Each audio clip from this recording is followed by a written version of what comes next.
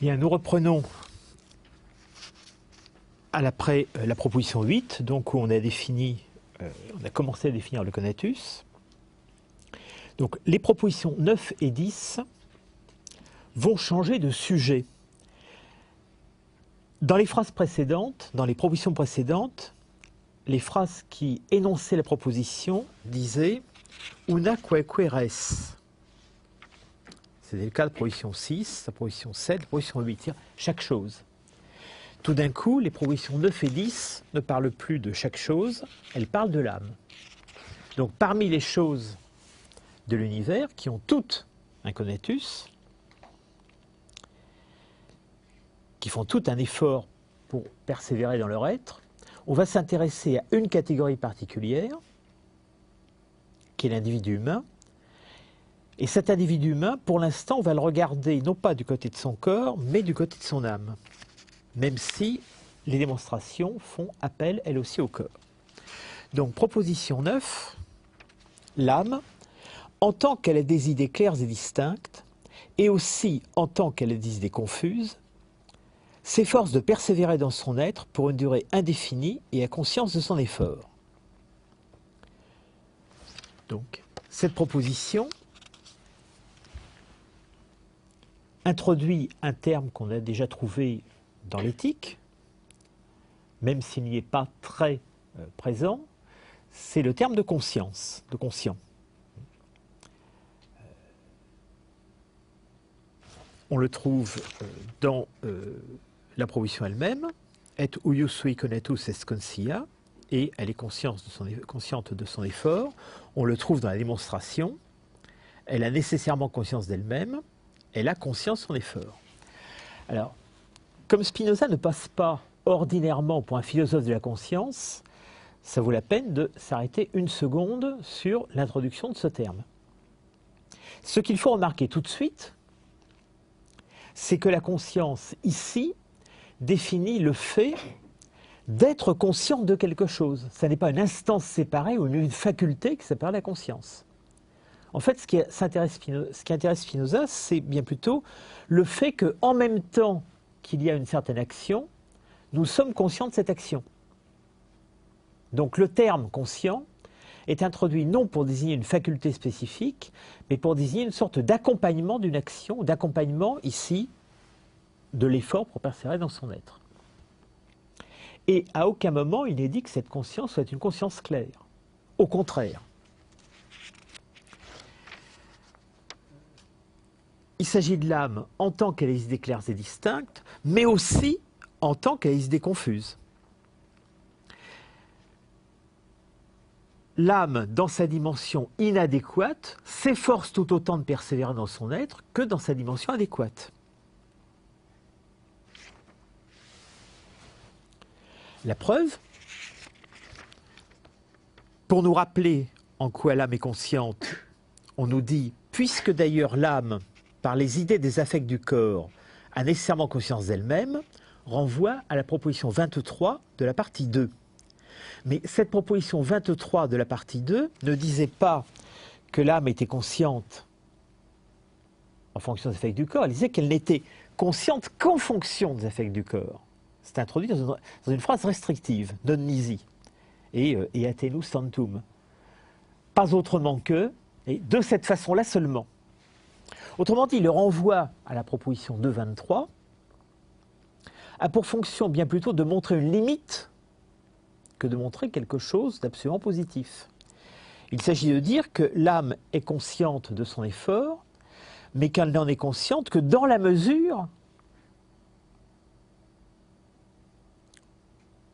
où cet effort est corollaire de l'effort du corps et des affects du corps. Donc il n'y a pas du tout d'équivalence entre conscience et adéquation.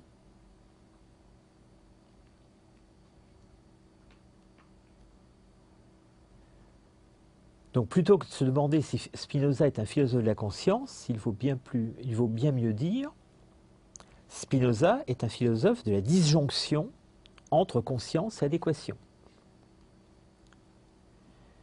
Quand nous faisons un acte, ou plus généralement quand nous faisons effort pour exister, Nous sommes conscients de cet effort, ça ne veut absolument pas dire que cette conscience est une conscience claire et exacte de ce que nous faisons. Pour Spinoza, être conscient, c'est se rendre compte, même confusément, même très vaguement, de ce que nous faisons, et rien de plus.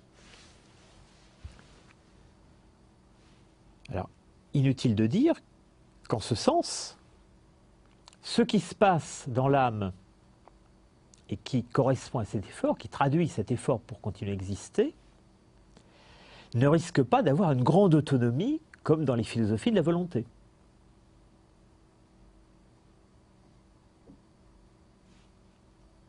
Et plus précisément, comme dans le cartésianisme.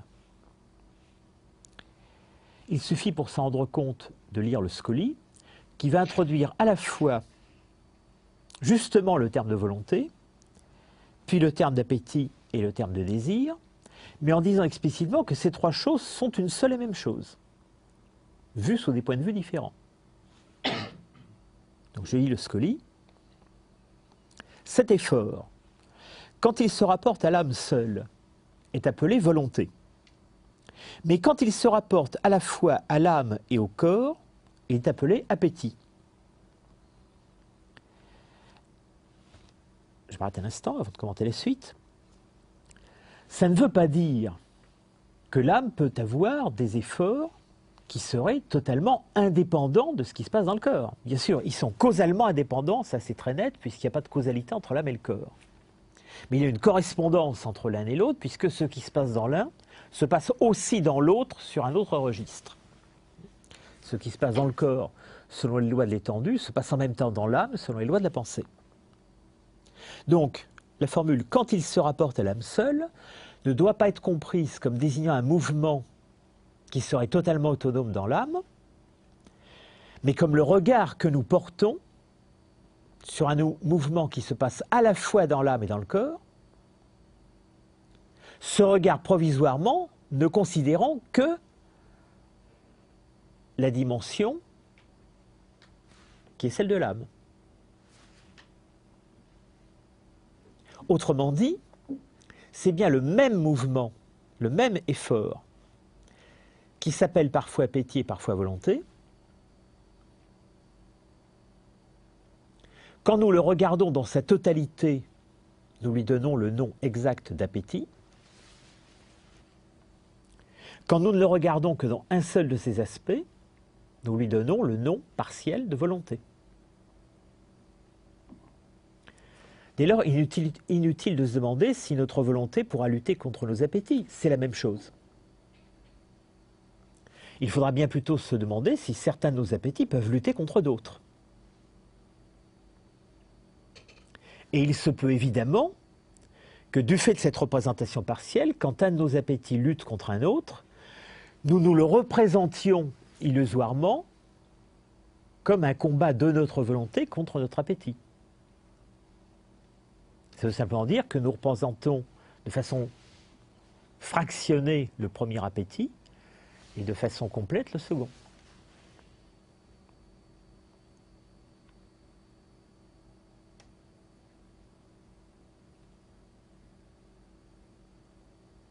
Je continue la lecture du Scoli. L'appétit n'est par là rien d'autre que l'essence même de l'homme, de la nature de laquelle suit nécessairement ce qui sert à sa conservation. Et l'homme est ainsi déterminé à le faire.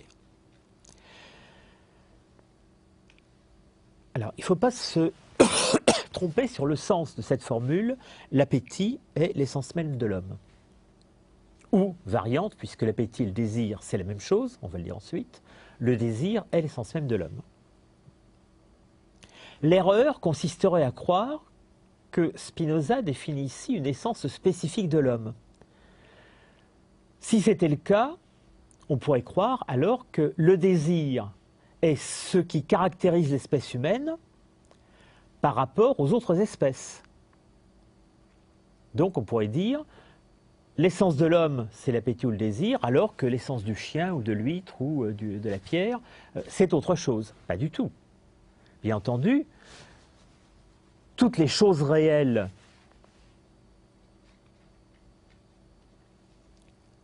ont un effort. celles d'entre elles qui ont une mens suffisamment développée, une âme suffisamment développée, ont conscience de cet effort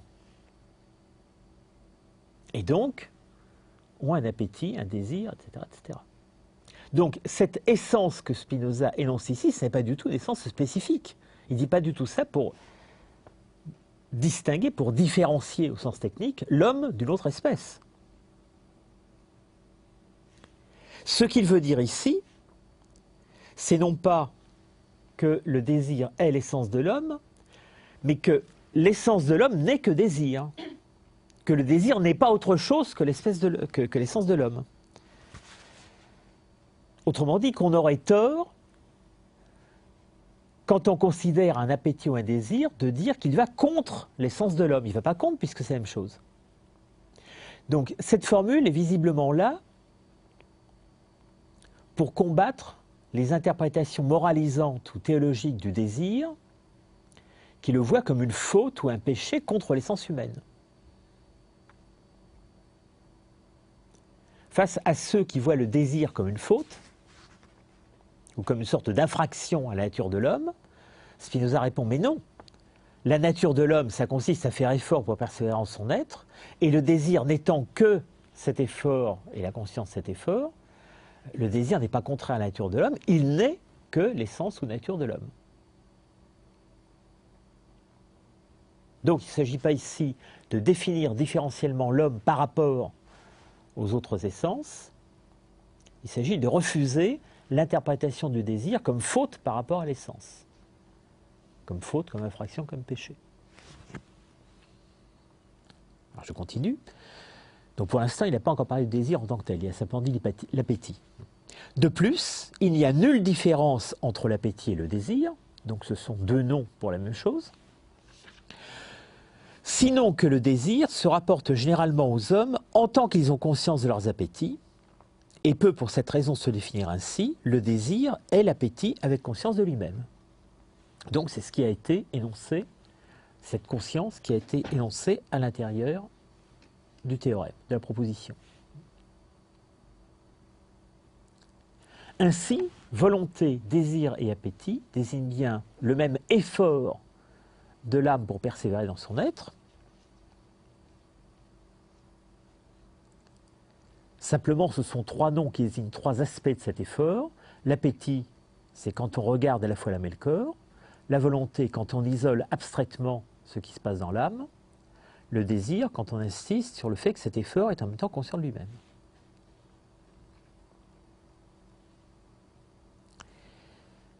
Et Spinoza ajoute, c'est pourquoi, Itakue, Apune traduit par donc,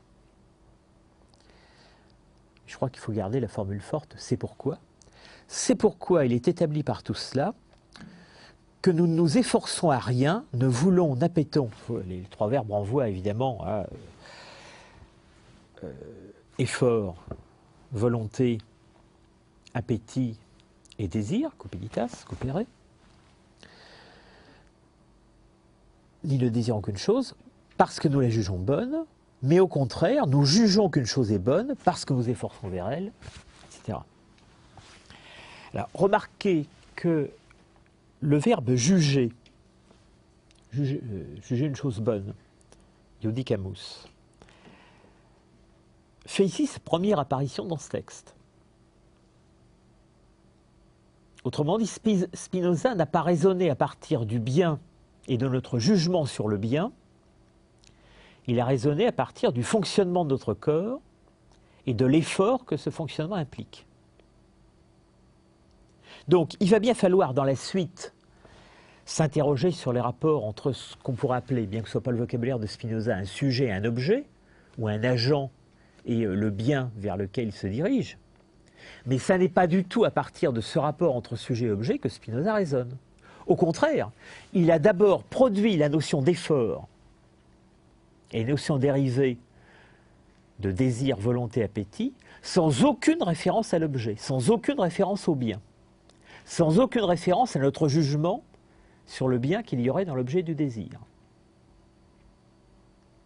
Il a donc fabriqué une théorie du désir indépendante de son objet.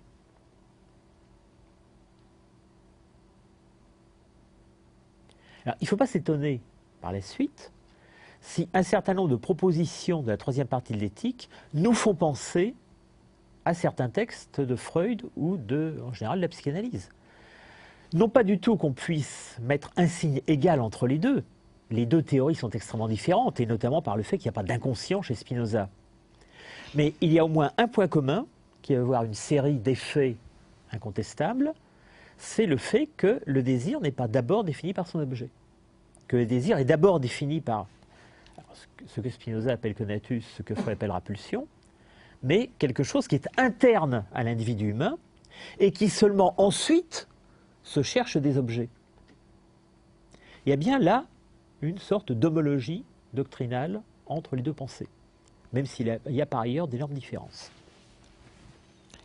Donc, alors que la plupart des doctrines morales ou que la plupart des doctrines psychologiques définissent la conduite humaine en fonction des objets de cette conduite, et un certain nombre d'entre elles notamment en fonction du jugement que nous portons sur le caractère bon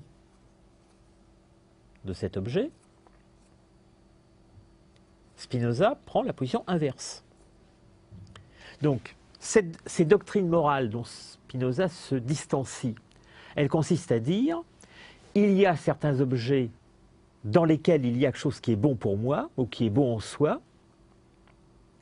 Je juge, à tort ou à raison, que dans cet objet il y a quelque chose de bon, donc je désire cet objet. Autrement dit, on a une séquence objet et bien, jugement sur l'objet, et enfin, volonté ou désir. Spinoza dit explicitement que ce qui se passe en réalité, c'est le contraire. Il y a quelque chose dans mon corps, et l'équivalent dans mon âme, qui produisent un effort pour se conserver. Cet effort prend la forme du désir ou de l'appétit, et c'est du fait de ce désir ou de l'appétit que je vais porter des jugements sur des objets que le désir va se donner. Autrement dit, le jugement apparaît presque comme une rationalisation secondaire. Là aussi, pour employer un vocabulaire qui n'est pas Spinoza, une fois que le désir s'est donné un objet. Le jugement n'est pas la cause du désir, il est sa conséquence. Donc j'ai d'abord en moi un effort pour persévérer. Cet effort prend la forme d'un désir. Ce désir se donne un objet. Et une fois que je me suis donné un objet, la conscience de mon désir se transforme en moi en jugement sur l'objet. Et je dis cet objet est bon. Et je crois effectivement que c'est parce que j'ai trouvé que cet objet était bon que je le désire. Bien entendu, les théories morales usuelles que Spinoza critique ici correspondent à notre illusion spontanée. Donc on voit bien en quoi la conscience de l'effort est une conscience inadéquate. Dans la mesure où l'effort se donne des objets, on va le voir dans la suite, la conscience de l'effort se traduit dans ma propre représentation comme jugement que je porterai sur un objet. Et je crois que c'est parce que j'ai trouvé que cet objet était bon que je le désire, alors qu'en fait c'est le contraire qui se passe. Donc, à la fin de la proposition 9, on peut dire que le mouvement d'analyse du conatus est enfin achevé. La preuve qui est achevée, c'est que nous avons trouvé les noms pour désigner ces différentes formes. Et par là même, nous avons désigné le premier des affects originaires, des affects primordiaux. Alors, il va maintenant falloir constituer les deux autres affects primordiaux, c'est-à-dire la joie et la tristesse. Alors, la proposition 10 énonce une idée qui exclut l'existence de notre corps ne peut être née dans l'âme, mais lui est contraire. Alors, pourquoi? Je regarde la fin de la démonstration. Ce qui est premier et principal, primum et praecipum, dans notre âme, c'est un effort pour affirmer l'existence de notre corps. Donc, une idée qui nie l'existence de notre corps est contraire à notre âme.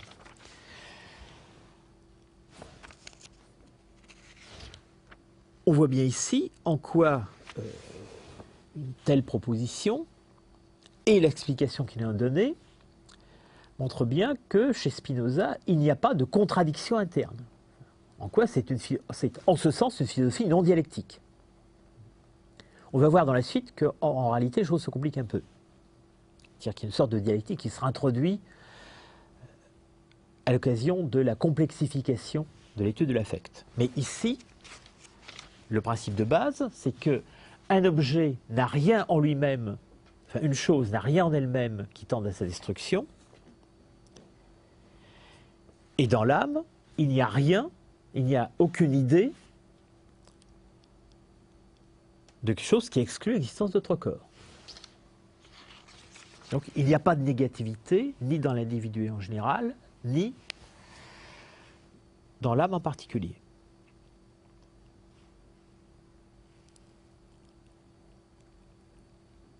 Et pour l'instant, cette proposition n'est pas commentée, elle est juste démontrée. En réalité, elle sera commentée dans le scoli de la proposition suivante. Et on verra que le scoli de la proposition, c'est un scoli extrêmement complexe.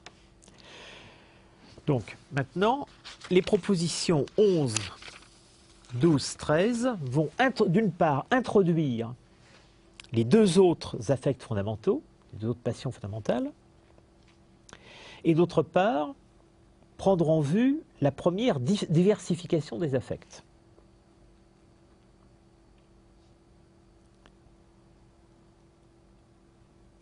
J'énonce rapidement la proposition 11, j'y reviendrai ensuite. Si quelque chose augmente ou diminue, seconde ou réduit la puissance d'agir de notre corps, l'idée de cette chose augmente ou diminue, seconde ou réduit la puissance de notre âme. Et Spinoza semble considérer que la démonstration va de soi. Elle va de soi du fait que ce qui se passe dans l'âme est corollaire de ce qui se passe dans le corps. Mais regardons maintenant le début du scoli.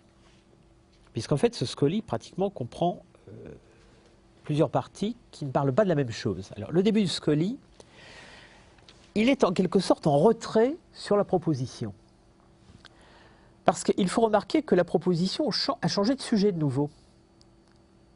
On ne dit plus notre âme, on dit quid, quelque chose. Et notre âme n'est plus le sujet de l'énoncé, elle est le lieu où il va se passer quelque chose qui est produit par ce sujet quid, ou plutôt qui est corollaire de ce qui se passe, ce sujet quid, quelque chose. En revanche, le début du scoli, qui a l'air d'une reprise de la proposition, s'exprime autrement. Il dit « Nous avons vu que l'âme », donc cette fois l'âme est de nouveau sujet de la phrase, « Nous avons vu que l'âme est sujette, quand elle est passive, à de grands changements. » Bon, la traduction à Pune est un peu lâche. Si on traduisait strictement, il faudrait dire « Nous avons vu que l'âme peut subir de grands changements. » Et qu'elle passe tantôt à une perfection plus grande, tantôt à une moindre.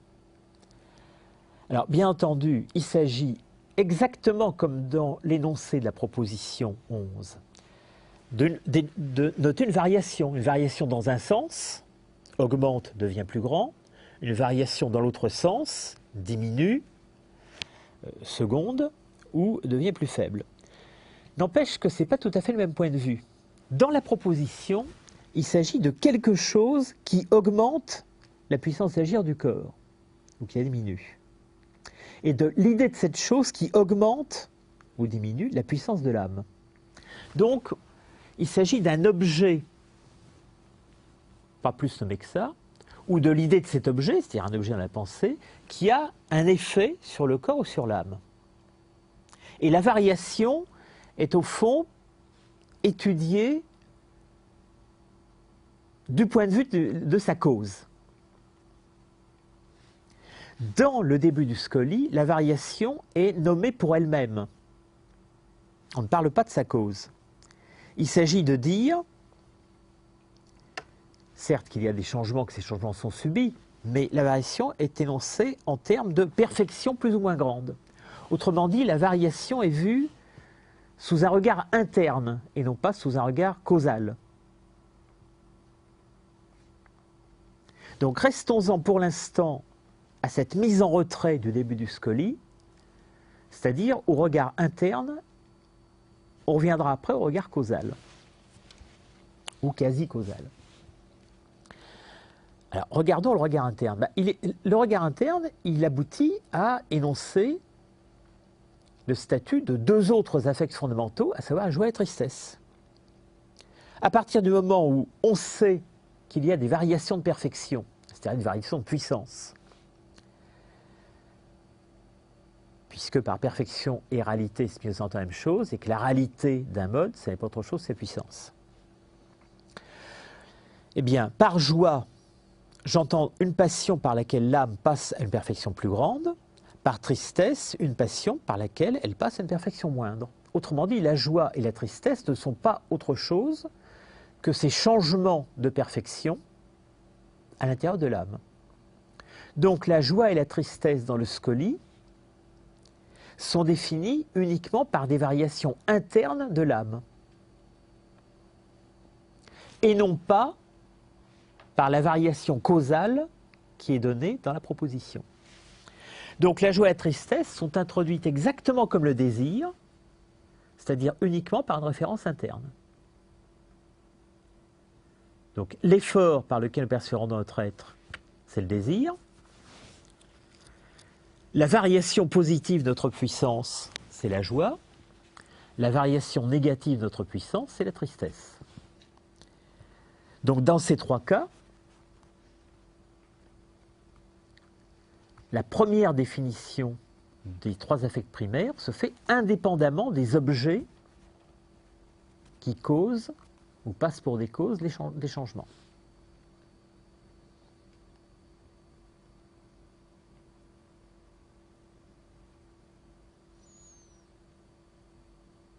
Bon, de même que pour le désir, Spinoza a noté d'autres synonymes, ici il le fait aussi, je ne m'y arrête pas. Je passe tout de suite à la fin du premier paragraphe. Pour le désir, j'ai expliqué ce que c'est dans le scoli de la proposition 9. C'est celui que l'on vient d'expliquer. Et je ne reconnais aucune affection primitive outre ces trois. Donc je ne reconnais que trois affects primaires, dit-il en latin, que ces trois-là. Je montrerai par la suite que les autres, toutes les autres, naissent de ces trois. Autrement dit, ce qui va venir maintenant, c'est l'étude des mécanismes par lesquels, à partir de ces trois passions primaires, on peut produire tout l'éventail très complexe de la vie passionnelle humaine. Donc, on reconnaît ici, dans cette phrase, quelque chose qui est de fond commun à Spinoza, à Descartes et à la plupart des philosophes du XVIIe siècle. Ils sont face à un monde passionnel extrêmement varié, celui que nous connaissons dans la vie quotidienne, celui que nous voyons au théâtre, dans le théâtre de Corneille comme dans celui de Molière ou dans les théâtres des autres pays, c'est-à-dire un très grand nombre de passions. La colère, la vengeance, la jalousie, l'avidité, l'avarice, et on peut en énumérer un très grand nombre. Et en outre, toutes ces passions que je viens de nommer de façon relativement abstraite se concrétisent dans des individus. Tel individu avare ne se comportera pas comme tel autre individu avare. Tel amoureux n'aura pas le même comportement que tel autre amoureux. Donc, à la fois, on peut énoncer des lois générales concernant telle ou telle passion, mais en même temps, les passions se combinent d'une façon particulière chez chaque individu. Donc, on peut avoir l'impression, quand on regarde la vie humaine concrète, qu'il y a un immense foisonnement, un immense éparpillement des passions. Et tout l'effort des philosophes de l'âge classique, et Spinoza ici ne fait pas exception, ça consiste à dire, de même que face au pullulement des phénomènes physiques, Galilée ou Descartes ont ramené l'ensemble de ce phénomène à quelques lois fondamentales de la nature, eh bien de même, face à l'immense pullulement des phénomènes passionnels, on peut les ramener à quelques affects fondamentaux dont tous les autres ne sont que des dérivés, des complications. Donc au fond, faire de la psychologie, même si je n'utilise pas ce terme, ça consiste en deux choses. Premièrement, à rechercher les affects fondamentaux. Deuxièmement, à découvrir les mécanismes par lesquels ces affects fondamentaux se démultiplient s'éparpille en une infinité d'affects dérivés. Alors, bien entendu, chacun de ces philosophes, Hobbes, Descartes, Spinoza, etc., va choisir des affects fondamentaux qui ne sont pas tout à fait les mêmes que les autres. Ainsi, Spinoza, autant il est d'accord avec Descartes pour dire qu'il y a des affects fondamentaux dont on peut dériver tous les autres, ne va pas choisir les mêmes affects fondamentaux que Descartes. Donc les affects fondamentaux pour Spinoza, les voici, on les a nommés, c'est le désir, la joie, la tristesse. Et ces affects ont été produits simplement à partir de l'analyse très générale de ce qu'est le corps humain et de ce qu'est l'idée du corps humain, à savoir l'âme humaine. Il suffit de considérer l'effort que font le corps et l'âme pour persévérer et le changement de perfection, c'est-à-dire le changement de puissance qui atteint aussi bien le corps que l'âme, pour se donner sur affects fondamentaux. Donc on a eu besoin de prendre en considération ni les objets de ces désirs, de ces affects, ni le temps, ni rien d'autre, ni l'imagination, ni rien d'autre pour l'instant. Alors maintenant, on va les prendre en vue effectivement. Dans la suite du texte, on va commencer à étudier les mécanismes par lesquels a lieu cette multiplication des passions.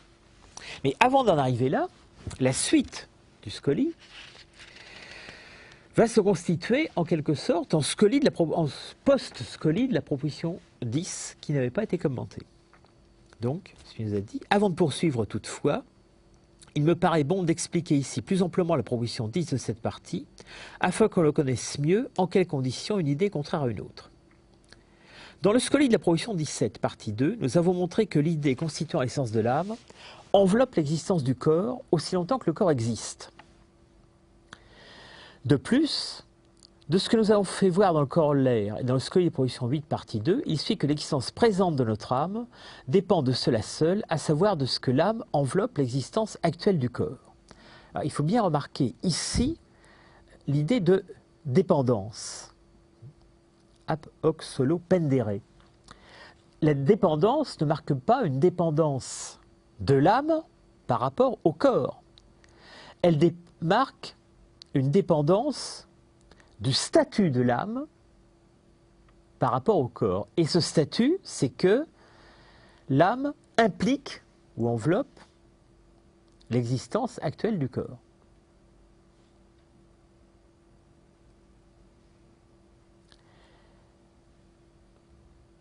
Il faut être précis. Spinoza n'a pas besoin d'être très précis ici, mais si on veut prendre l'éthique en considération en entier, il faut être précis sur le sens de cette formule. L'âme implique l'existence actuelle du corps.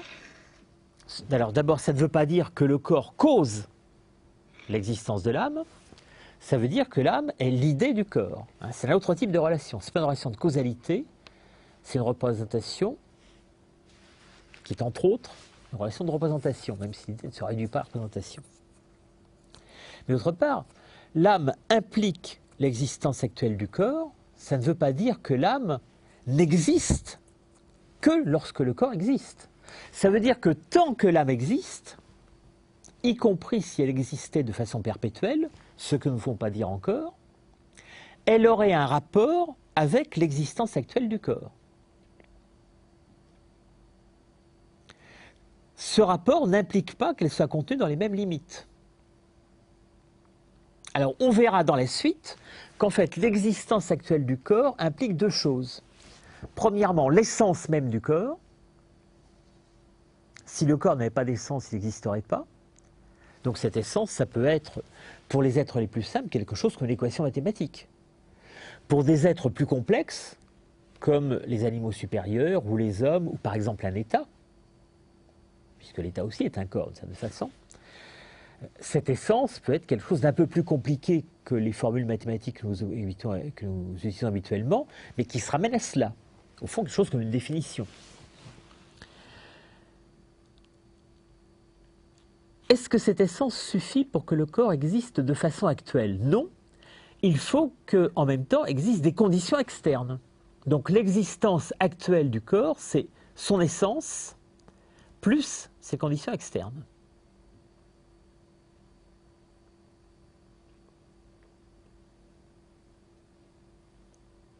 Et donc dire que l'âme est l'idée du corps, c'est dire à la fois qu'elle est l'idée de cette essence et l'idée de ses conditions externes.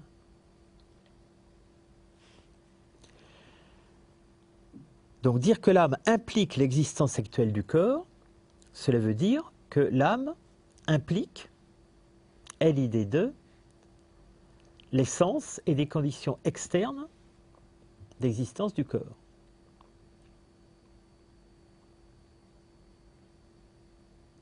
Lorsque ces conditions externes disparaissent, le corps disparaît.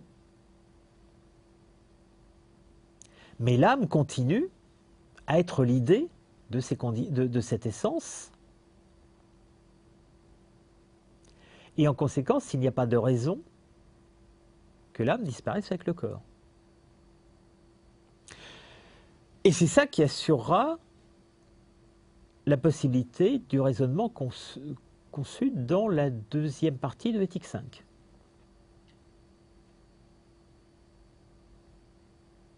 Donc il faut bien voir ce double aspect, que à la fois l'âme peut exister indépendamment du fait que le corps existe, mais que même quand elle se trouve dans cet état, elle continue à être l'idée du corps.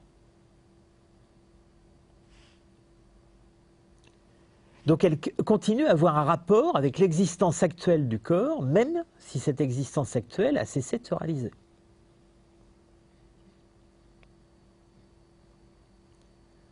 Autrement dit, il faut à la fois refuser une interprétation, comment dire, corporaliste qui dirait l'âme disparaît avec le corps, et aussi une interprétation spiritualiste qui consisterait à dire une fois que l'âme est libérée, si on peut dire un platonicien, du corps, elle n'a plus aucun rapport avec le corps. Si, même lorsque le corps n'existe plus, l'âme continue à avoir un rapport avec le corps, puisqu'elle est toujours l'idée du corps,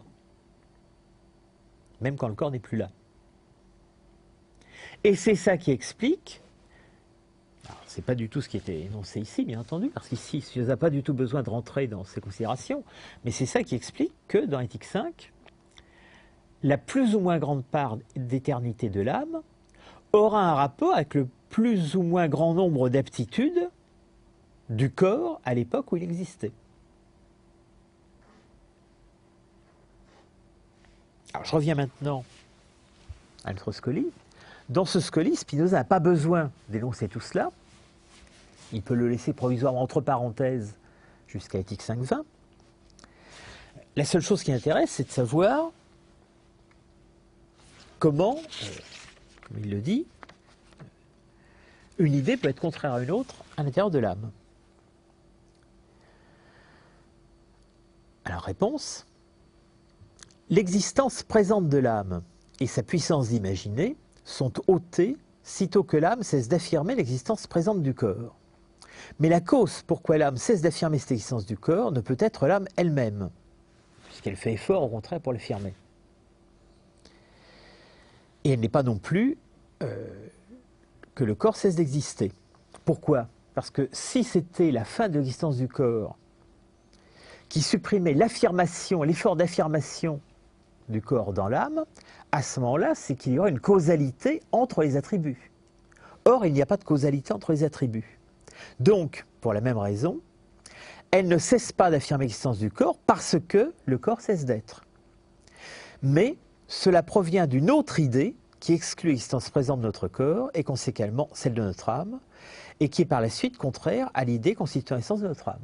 Autrement dit, quand il y a un corps qui exclut l'existence d'autre corps, une autre idée, l'idée de cet autre corps, exclut l'existence présente de notre corps, elle ne cause pas son inexistence, mais elle exclut l'existence présente de notre corps. Donc, elle exclut l'effort que fait notre âme, et comme cet effort est identique à l'essence de notre âme, elle exclut notre âme elle-même. Donc, on a là l'explication de ce que c'est que l'opposition de deux idées à l'intérieur de l'âme. Cette opposition est toujours une opposition d'origine extérieure. Il n'y a pas dans notre âme ni d'idée provoquant son inexistence, ni d'idée tendant à l'inexistence du corps. Toute idée qui est intérieurement dans notre âme, et qui n'est pas une idée externe intériorisée, vise à faire persévérer l'affirmation de l'existence du corps. Bon, je reviens maintenant à la proposition 11 elle-même. Donc le groupe des propositions 11, 12 et 13 va introduire la première modalité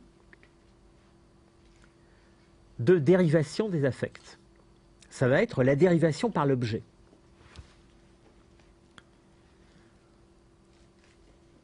Donc je m'intéresse maintenant à la proposition 11, non pas dans la restriction que tu fais subir au début du Scoli, mais dans son énoncé complet. Si quelque chose augmente ou diminue, seconde ou réduit la puissance d'agir de notre corps, l'idée de cette chose augmente ou diminue, seconde ou réduit la puissance d'agir de notre âme. Autrement dit, quand il y a une cause extérieure, non pas qui détruit, même pas, on n'a même pas besoin de destruction, simplement qui augmente ou diminue la puissance du corps, l'idée de cette chose a le même effet à l'intérieur de l'âme, donc augmente ou diminue la puissance d'agir de notre âme. Conséquence, puisque l'âme s'efforce d'affirmer la puissance d'agir de notre corps et s'efforce de persévérer elle-même dans son être, c'est la même chose, eh bien, elle va s'efforcer d'imaginer ce qui augmente la puissance d'agir du corps.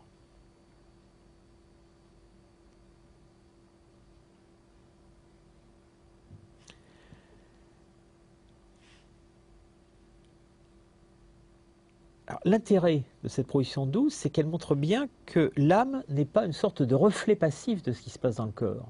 Bien sûr, elle n'a pas d'effet sur le corps, comme le corps n'a pas d'effet sur elle, mais elle n'est pas non plus un simple corollaire, un simple reflet passif, tel qu'on pourrait dire, c'est dans le corps qu'il se passe quelque chose, et au fond, dans l'âme, il n'y a que la conscience de ce qui se passe du côté du corps. En somme, elle n'est pas un épiphénomène. Non, ce qu'il faut comprendre, c'est que, en même temps que le corps poursuit son effort, l'âme poursuit le sien, et la façon principale qu'elle a de poursuivre le sien, c'est d'imaginer l'effort du corps. Donc, comme il y a des choses extérieures qui aident au développement de l'effort du corps, qui secondent son conatus, l'âme va s'efforcer de s'imaginer ces choses extérieures. Donc elle va au fond, enfin, se donner des objets.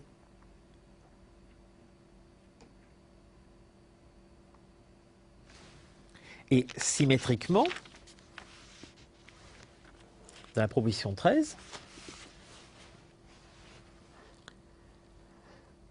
de même qu'il y a des objets qui peuvent détruire notre corps, qui peuvent le ralentir, le freiner dans son développement, dans son effort, eh bien, les idées de ces objets s'imposent à l'âme, et en même temps que les objets diminuent la puissance du corps, les images de ces objets diminuent la puissance de l'âme. Donc, eh bien, elle va essayer de se débarrasser de ces images. Et le moyen de s'en débarrasser, comme la volonté ne suffit pas, on le sait depuis Éthique 2, et on l'a redit dans la définition de la volonté, c'est de dresser image contre image, donc de dresser des images plus fortes qui excluent celles qui nous gênent. Donc position 13, quand l'âme imagine ce qui diminue ou réduit la puissance d'agir du corps, il faut bien voir que ça ne veut pas dire quand elle choisit d'imaginer. Il ne faut pas prendre le verbe imaginer ici comme un verbe traduisant une activité de l'âme. Il faut comprendre quand des images s'imposent à l'âme et images qui traduisent ce qui diminue ou réduit la puissance d'agir du corps, donc ça va gêner la puissance de l'âme, donc elle va essayer d'opposer à ces images qui s'imposent à elle d'autres images qui les excluent.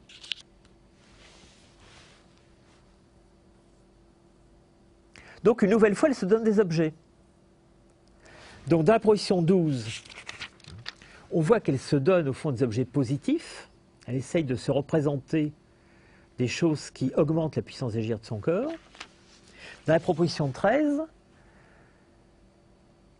des images s'imposent à elle. Elle essaye de se représenter des choses qui excluent ces images. Donc là, c'est un effort négatif, en quelque sorte, de la part de l'âme. Eh bien, nous avons là deux nouvelles passions, l'amour et la haine. C'est indiqué dans les scolies. Nous connaissons clairement par là ce qu'est l'amour et la haine. L'amour, dis-je, n'est autre chose qu'une joie accompagnée de l'idée d'une cause extérieure.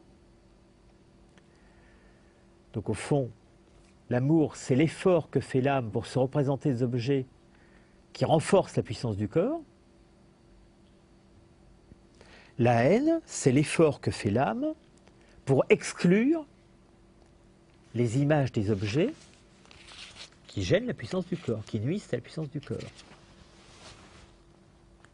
Donc, l'amour et la haine sont bien des passions dérivées de ces passions fondamentales que sont la tristesse et la joie. Ce sont la tristesse et la joie accompagnées d'un objet.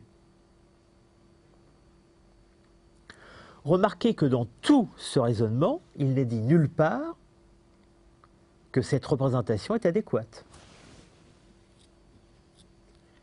Il n'est dit nulle part que la conscience que j'ai du fait que tel objet renforce ou diminue la puissance de mon corps reflète exactement la réalité. Donc je peux me mettre à aimer ou à détester des objets qui en fait soit n'ont rien à voir avec la puissance de mon corps, soit au contraire je peux me mettre à aimer des choses qui en fait diminuent la puissance de mon corps, ou à haïr des choses qui en réalité servaient à la puissance de mon corps.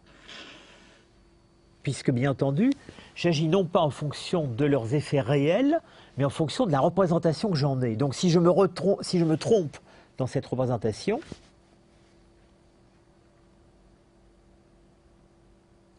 si j'ai une maladie telle que le fait de boire de l'eau renforce ma maladie, mais que je ne le sais pas, et que j'ai soif, je vais me mettre à aimer et à désirer le liquide, c'est un exemple bien connu qui traverse tout le XVIIe siècle, l'hydropique qui recherche l'eau. On pourrait chercher aussi l'alcoolique qui aime l'alcool alors que l'alcool le détruit, le tabagique qui aime le tabac alors que le tabac va nuire à sa santé, etc., etc.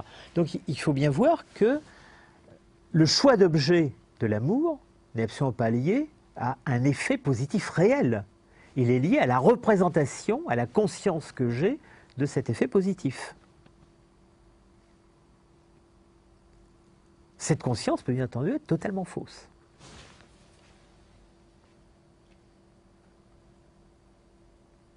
Et symétriquement, je peux ne pas comprendre que quelque chose me fait du bien. Je peux détester le médicament pour son amertume, alors qu'en fait le médicament va renforcer la puissance d'agir de mon corps. Là aussi, c'est un exemple traditionnel en philosophie. Spinoza l'intègre à sa forme propre de raisonnement, mais depuis au moins Platon, la philosophie raisonne sur le fait que les enfants ne prennent pas volontiers les médicaments qui pourtant sont utiles à leur corps. Je reviens un instant, en laissant de côté pour l'instant le fil direct du raisonnement, sur la démonstration de proposition 12. Il faut se rappeler qu'on est dans le cadre d'une doctrine où le corps n'a pas d'effet sur l'âme et l'âme n'a pas d'effet sur le corps. Ça a été dit très clairement, Spinoza l'a rappelé, c'est dans la deuxième partie d'éthique et c'est de nouveau dit dans la troisième partie. Alors il faut regarder de près comment Spinoza s'en tire dans la démonstration à proposition 12.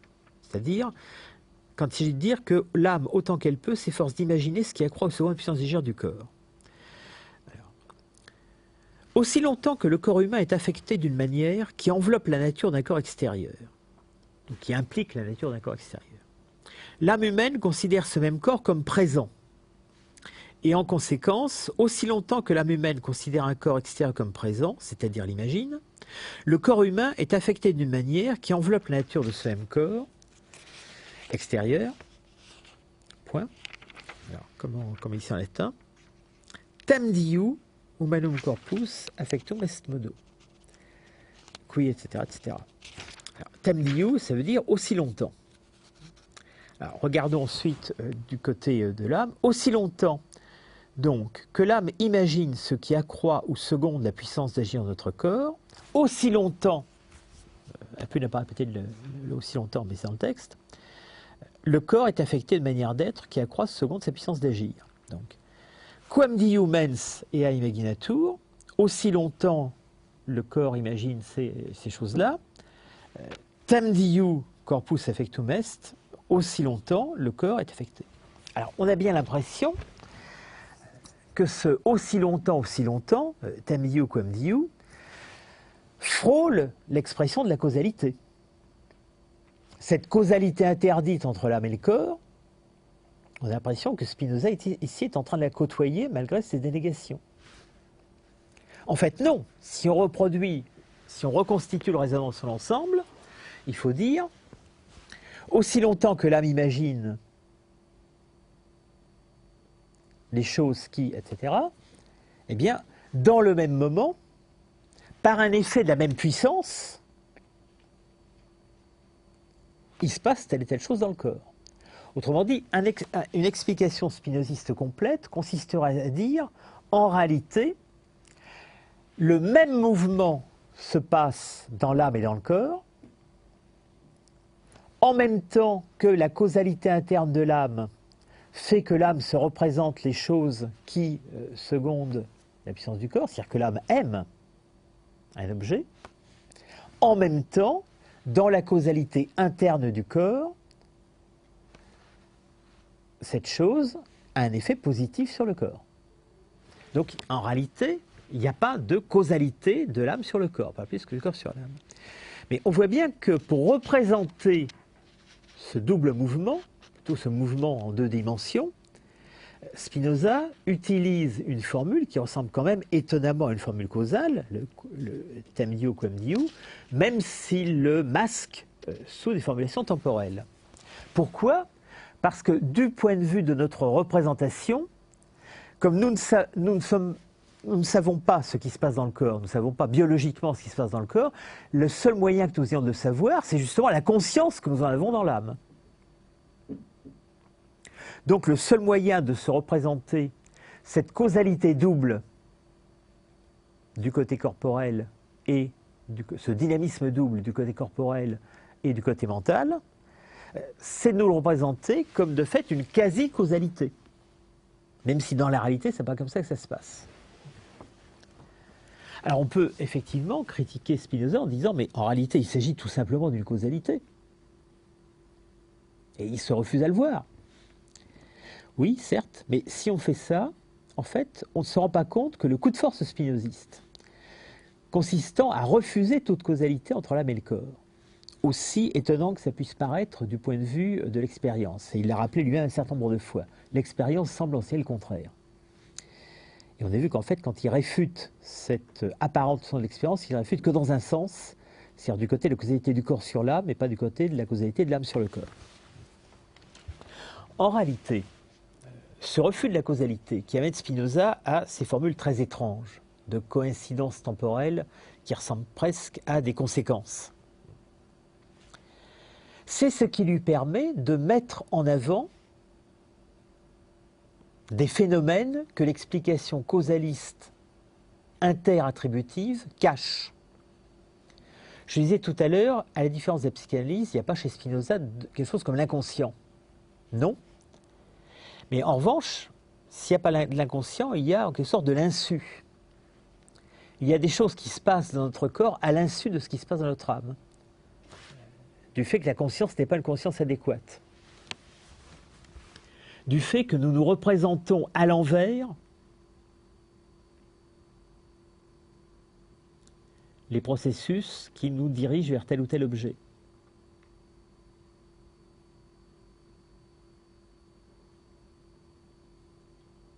Le refus d'exprimer tous ces phénomènes de vie psychique en termes de causalité de l'âme sur le corps, ou de causalité directe du corps sur l'âme, ça permet de remarquer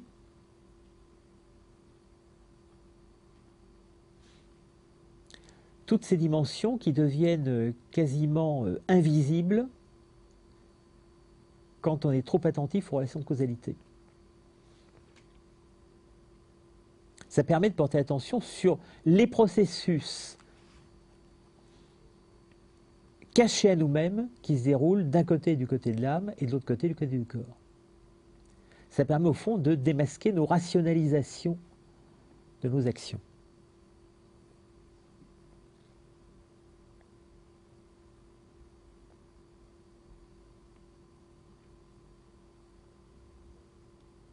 Donc toutes ces formules qui en fait parcourent l'ensemble de l'éthique 3, d'une certaine façon l'éthique 2,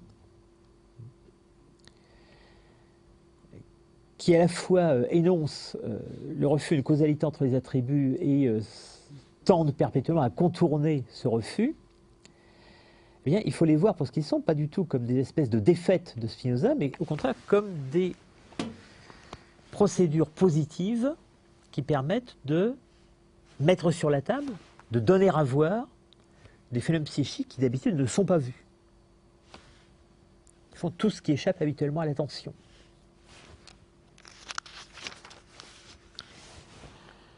Bien, je reviens à l'ordre des propositions. Donc, à la fin de la proposition 13, nous avons donc vu une première manière de complexifier les passions, c'est-à-dire leur donner des objets. L'amour et la haine sont des la joie et la tristesse sont des passions sans objet. Quand on les munit d'un objet, on obtient l'amour et la haine. Fin du Scoli de 13. Nous voyons en outre que celui qui aime s'efforce nécessairement d'avoir présente et de conserver la chose qu'il aime, et au contraire, celui qui hait s'efforce d'écarter, de détruire la chose qu'il a en haine. Donc il faut bien remarquer que la façon même dont sont introduites ces passions permet de voir que ce ne sont pas de simples représentations. Une passion est toujours en même temps une représentation et un effort. L'amour, c'est la joie avec l'idée d'une cause, mais c'est en même temps l'effort pour conserver cette cause présente. La haine, c'est la tristesse avec l'idée d'une cause, mais c'est en même temps l'effort pour écarter cette chose. Donc, pour Spinoza, ce serait totalement illusoire de demander que quelqu'un qui est amoureux ou haineux ne mette pas en œuvre tout pour s'assurer la présence ou la destruction de ce qu'il aime ou ce qu'il déteste. Donc les moralistes qui disent « quand vous ressentez les atteintes de l'amour et de la haine, vous devez vous abstenir de passer aux actes », se voient répondre par Spinoza « mais il est impossible de ne pas essayer de passer aux actes ». Puisque les passions sont toujours de l'ordre de l'effort. Ce ne sont pas des représentations abstraites. Ce ne sont pas des représentations séparées.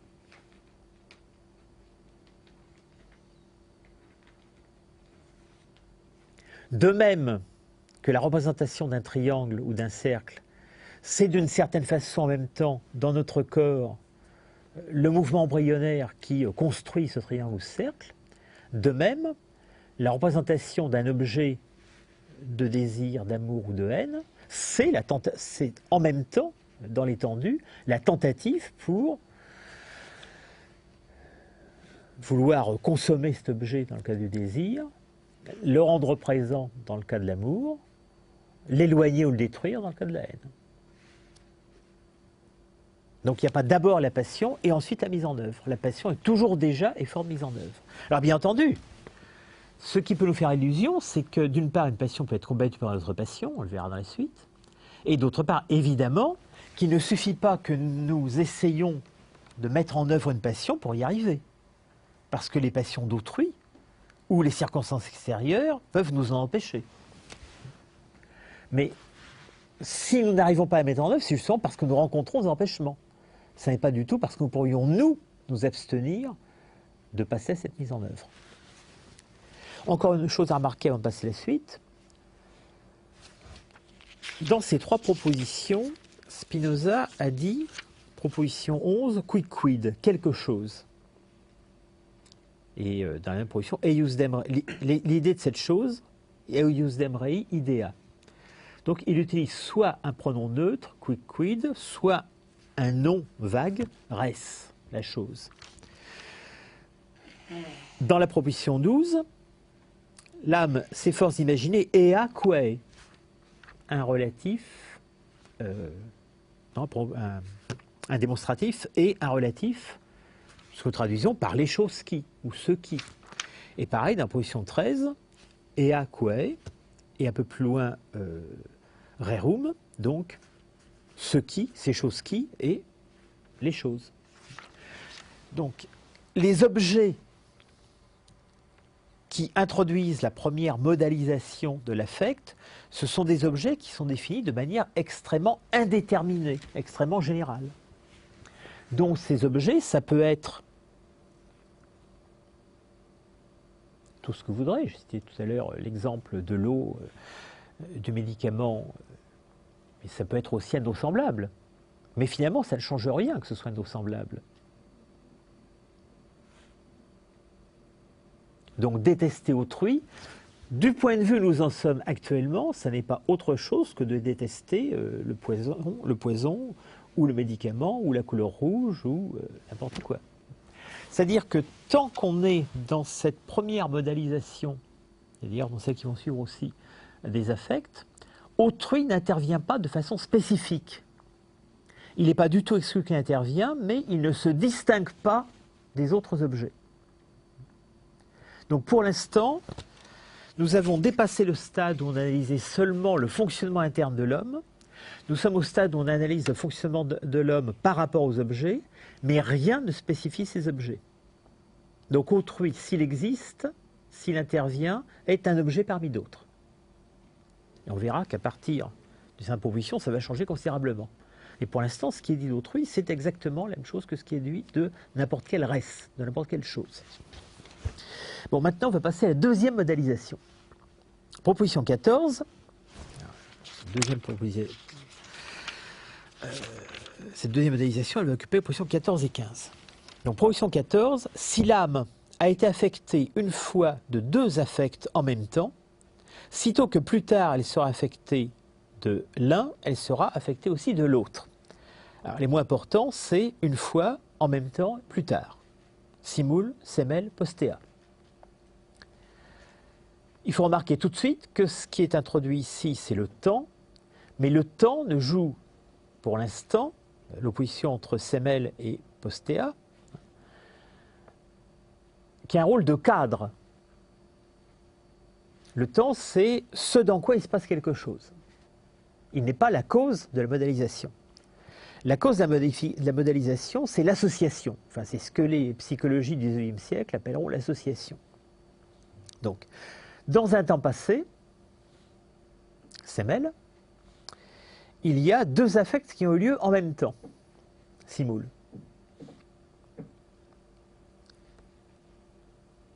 Eh bien, dans l'âme, ils seront désormais associés.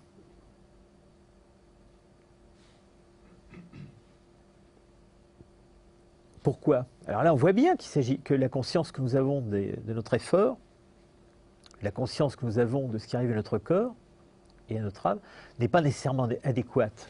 Ici, on est simplement renvoyé aux propositions qui décrivent le corps humain dans l'éthique 2. Qu'est-ce qui fait que dans l'âme, nous avons de la mémoire? C'est que dans le corps, nous avons des traces des événements qui ont affecté le corps. Donc, quand deux événements ont affecté le corps en même temps, leurs deux traces se sont mêlées. Elles ont été inscrites ensemble. Donc, une des caractéristiques du corps humain par rapport à d'autres corps, mais ce n'est pas une caractéristique spécifique. Disons, tous les animaux complexes ont le moyen, plutôt cette caractéristique, que dans leur corps s'inscrivent les événements qui les ont affectés. Alors, ce qui est le plus clair, la façon la plus nette de se représenter, c'est la blessure.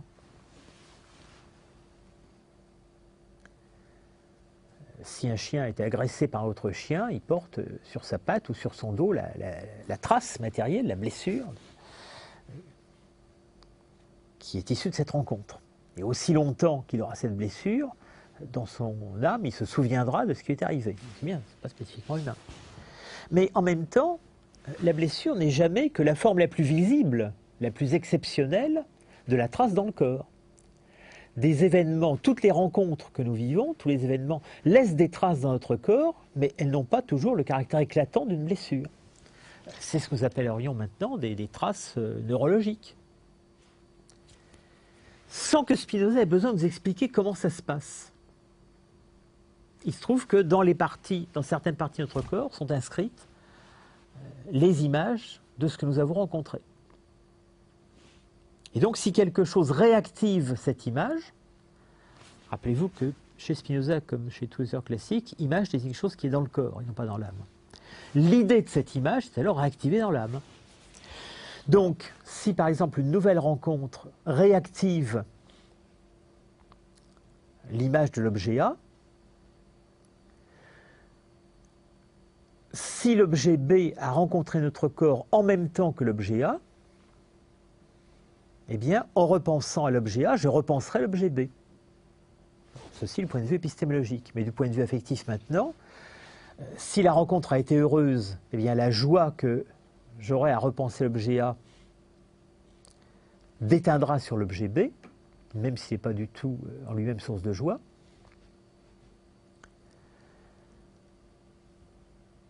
Si la rencontre a été malheureuse, la tristesse que j'aurai, donc la haine que j'aurai en repensant à l'objet A, affectera aussi l'objet B, même s'il n'a pas du tout été cause de malheur pour moi. Donc, au fond, ce qui nous est donné ici, c'est l'association d'images, et donc l'association d'idées, l'association d'images dans le corps, et donc l'association d'idées dans l'âme,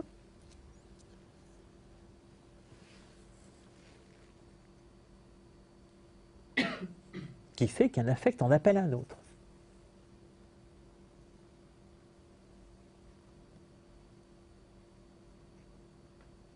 Descartes avait déjà fait des remarques de ce genre, bien entendu. Donc, proposition 15, une chose quelconque peut être par accident cause de joie, de tristesse ou de désir. Alors, il est évident que per accidens s'oppose à per se. Par accident s'oppose à par soi. Le terme par soi n'est pas présent ici, mais il sera mentionné explicitement dans le contexte de per accidens dans le scoli de la proposition 17. Donc, si un jour, en mangeant du poulet,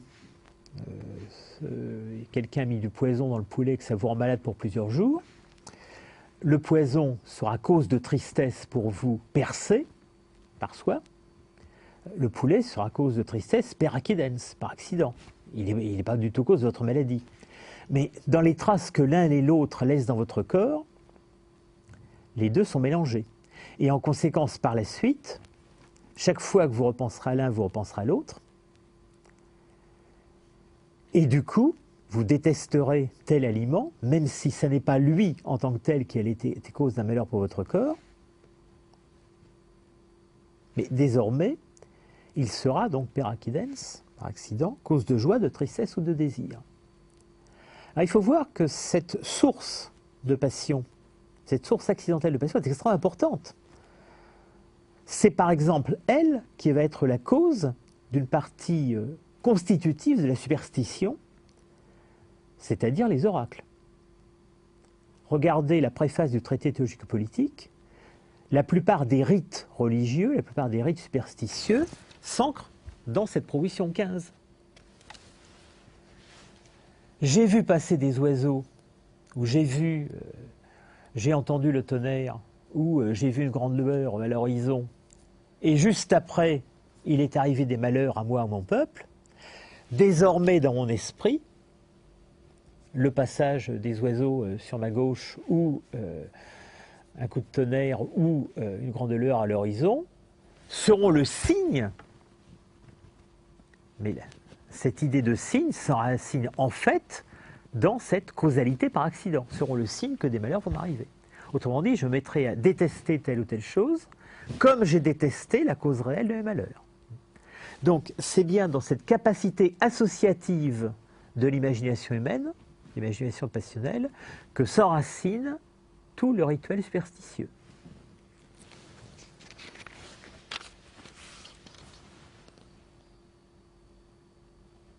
Donc, corollaire, par cela seul que nous avons considéré une chose à un moment où nous étions affectés d'une joie ou d'une tristesse, dont pourtant elle n'était pas la cause, nous pouvons l'aimer, la voir en haine. Donc on voit bien qu'à côté de l'amour ou de la haine qui viennent du fait que l'objet a été cause ou a cru être cause de la joie ou de la tristesse en nous, il y a un second amour ou une seconde haine qui viennent de ce que l'objet a été associé à un autre qui était la cause réelle ou pas de notre joie, de notre tristesse.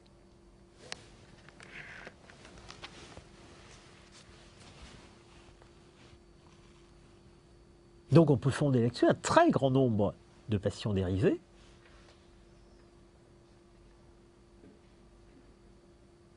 qui ne tiennent au fond à la causalité que par un fil tout à fait apparent. Je déteste non seulement les choses qui me font du mal, mais les choses qui ont été associées une fois aux choses qui me font du mal, quelles qu'elles soient, et même si cette association était purement accidentelle. Je vais aimer non seulement les choses qui me font du bien, mais aussi les choses qui auraient été associées une fois aux choses qui me font du bien. Alors, vous pouvez même voir à partir de ça comment par la suite vont pouvoir se fabriquer des affects particulièrement complexes, comme ceux qu'on va rencontrer tout à l'heure, du genre la fluctuation de l'âme. Parce qu'il est évident qu'un même objet A pourrait être associé une fois à un objet B qui risque de détruire mon corps, et une autre fois à un objet C qui au contraire me fait du bien. Donc il va être associé une fois par accident à une cause de joie et une autre fois à une cause de tristesse. Donc il va être, à cause de ces deux simultanéités successives, une fois objet d'amour, une fois objet de haine. Ce qui fait que quand je le rencontrerai une troisième fois, j'aurai à son égard des sentiments partagés, puisque se mêleront indistinctement en moi des souvenirs de joie et des souvenirs de tristesse. Ce qui rend parfaitement compréhensible du point spinoziste que je puisse avoir à l'égard de même chose, simultanément, de l'amour et de la haine. Donc là aussi, tout ce que la psychanalyse analysera plus tard comme ambiguïté des sentiments, vous avez aussi une façon spinoziste de l'aborder, et qui n'a pas besoin de faire référence à l'inconscient, qui le produit simplement par la mécanique des modalités affectives. Alors Spinoza ajoute un scoli parce qu'il éprouve le besoin de donner un nom à cette production d'amour ou de haine par accident. Nous connaissons par là comment il peut arriver que nous aimions certaines choses ou les ayons en haine sans aucune cause qui soit connue de nous, mais seulement par sympathie ou par antipathie. Et il ajoute « ut aiunt », comme on dit. Alors, le « comme on dit » veut dire « je ne crée pas un mot nouveau pour désigner ». Là, j'ai besoin d'un mot pour désigner ce phénomène que je mets en lumière et que souvent les gens ne remarquent pas ou qu'ils ne remarquent que comme très étrange ou pathologique, donc indicible. Moi, au contraire, je prouve que c'est un phénomène normal, naturel. Donc, j'ai besoin d'un mot pour le désigner. Nommer quelque chose, c'est une façon aussi de le faire rentrer dans la légalité. Lui donner un nom, c'est l'inscrire positivement à la loi de la nature. Donc, j'ai besoin d'un nom pour ça. Et Spinoza a horreur de créer des mots nouveaux. Je crois que dans l'ensemble de son œuvre, jamais il n'a créé un mot nouveau. Donc il utilise des mots qui existent, même s'ils ne désignent pas cela. Donc il détourne des mots existants. Et ici, il détourne les mots sympathie, antipathie, qu'utilisent d'autres avant lui, mais qui évidemment veulent dire autre chose.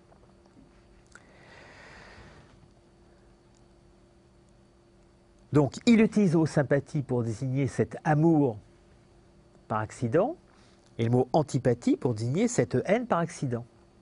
Et comme bien entendu, usuellement ces mots n'ont pas ce sens-là, il ajoute « Je sais bien que les auteurs qui les premiers ont introduit ces noms de sympathie et d'antipathie ont voulu signifier par là certaines qualités occultes des choses. » Donc on est renvoyé ici à un des traits fondamentaux de la Renaissance, dont Spinoza se sent très éloigné. Dans les théories magiques de la Renaissance, le monde est structuré par des sympathies et des antipathies qui évidemment sont des similitudes objectives. Il y a entre un certain nombre d'objets des similitudes réelles, et ces similitudes provoquent des sympathies entre les objets. Donc, entre tel astre, telle plante et telle partie du corps humain, il y a une sympathie, et c'est pourquoi le corps humain tombera malade au moment où l'astre à qui il est lié par une sympathie aura telle caractéristique, entrera dans telle zone du zodiaque. Et puis pour le guérir de cette maladie, eh bien, il faudra lui appliquer la plante qui a cette sympathie avec lui.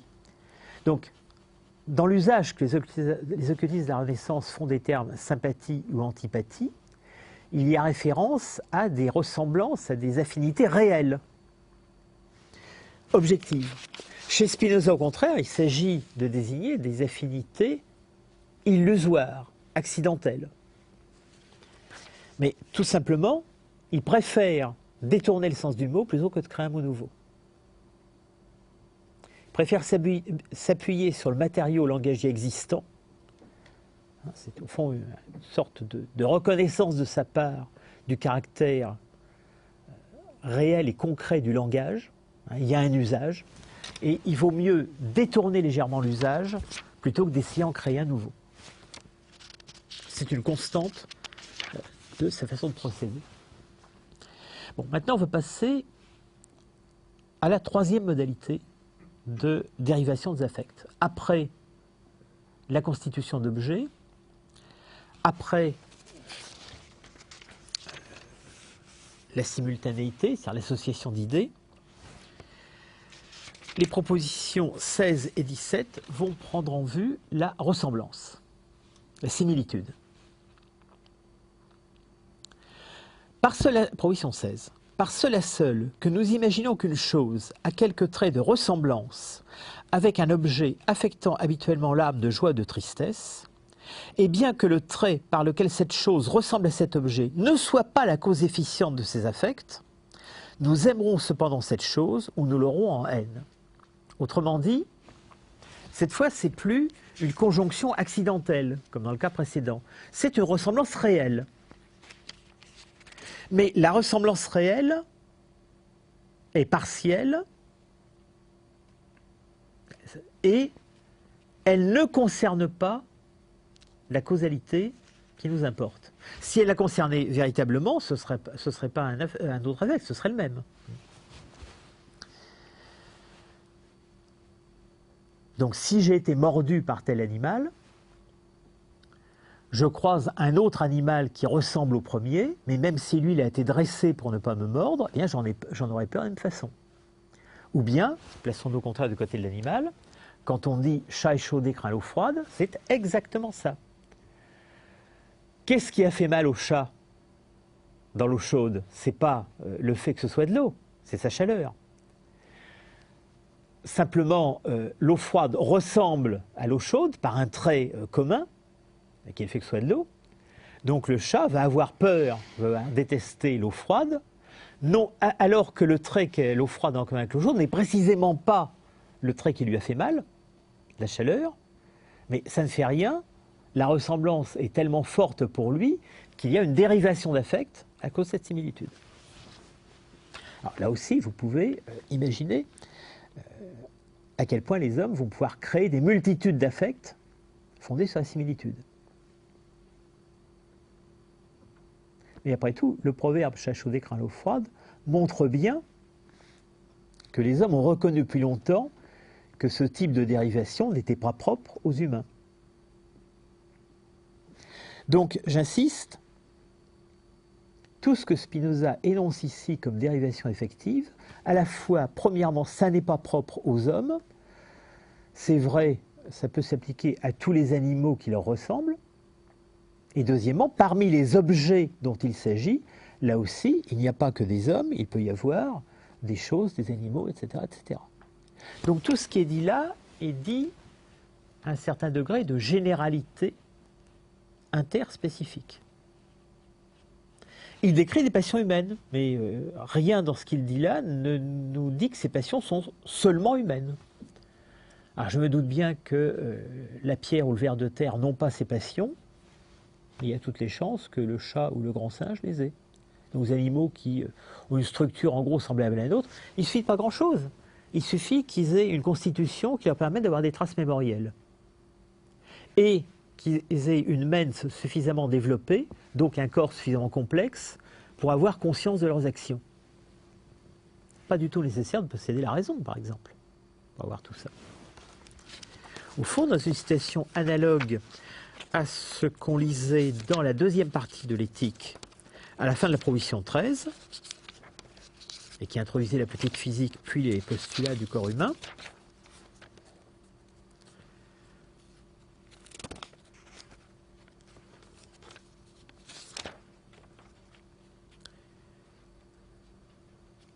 Scully, donc de la proposition 13, plutôt du corollaire de la proposition 13 de l'éthique 2, ce que nous avons montré jusqu'ici est tout à fait commun aux hommes et aux autres individus, lesquels sont tous animés, bien qu'à des degrés divers. Alors ici, on pourrait restreindre un peu. Ça n'est pas, tout ce qui a été énoncé là n'est pas commun aux hommes et à tous les individus, c'est commun aux hommes et à tous les individus qui ont une structure suffisamment complexe pour avoir premièrement des traces mémorielles, deuxièmement conscience de leur effort. C'est-à-dire un corps assez complexe. Et c'est le cas pour beaucoup d'autres animaux que l'homme. Donc, proposition 17. Si nous imaginons qu'une chose qui nous fait éprouver habituellement une affection de tristesse a quelques traits de ressemblance avec une autre qui nous fait éprouver habituellement une affection de joie également grande, nous l'aurons en haine et l'aimerons en même temps. Donc, voilà la première occurrence explicite de la confusion des sentiments. Mais Spinoza explique à la suite que ça n'est pas la seule manière d'avoir cette conception. Donc, la proposition 16 a introduit la haine ou l'amour par ressemblance. On avait vu autrefois la haine ou l'amour par causalité. Alors, imaginons maintenant un objet A qui, par causalité, provoque en nous de la tristesse. Il va donc être objet de haine, mais qui ressemble à un objet qui, habituellement, provoque en nous de la joie. Par ressemblance, proposition 16, il va être objet d'amour. Donc la même chose va être objet à la fois d'amour et de haine. Et Spinoza commente, cet état de l'âme, mens, qui naît de deux affects contraires, s'appelle fluctuation. Alors évidemment, la Pune traduit fluctuation de l'âme, c'est un peu gênant parce que Spinoza dit mentis constitutio, cet état de l'âme, s'appelle fluctuation animi. Il n'utilise pas le même terme. Hein. La mens, c'est un terme général qui a différents états. Constitutio ne désigne jamais chez Spinoza la constitution générale de l'âme, mais au contraire une constitution provisoire, donc un état passager. Fluctuation animis, c'est le nom de cet état. Bon, peu importe. Admettons fluctuation de l'âme ou fluctuation psychologique, si vous préférez. Alors, Spinoza va en dire deux choses, cet état de fluctuation. Premièrement, ça devrait nous rappeler quelque chose qu'on a déjà rencontré, à savoir le doute. Je rappelle, éthique 2, c'est la doctrine épistémologique gnoséologique de Spinoza, éthique 3, c'est la doctrine des affects. Mais comme pour Spinoza, l'affect, ça n'est pas autre chose qu'une idée ou qu'une modalité de l'idée, il est normal que ce qu'on a vu du côté des modes de connaissance, on le retrouve du côté des affects. Donc, du côté de la connaissance, on avait remarqué que lorsqu'il y a deux connaissances qui s'opposent dans l'âme, naît alors de leur conflit ce qu'on appelle le doute. C'est-à-dire que le doute n'est pas du tout une action volontaire de l'âme, c'est la résultante mécanique de deux forces qui s'opposent à l'intérieur de l'âme. Eh bien, la fluctuation animie, c'est l'équivalent sur le plan affectif. Ce n'est pas du tout une hésitation qui serait due à une suspension de la volonté. C'est la résultante mécanique de deux effets affectifs.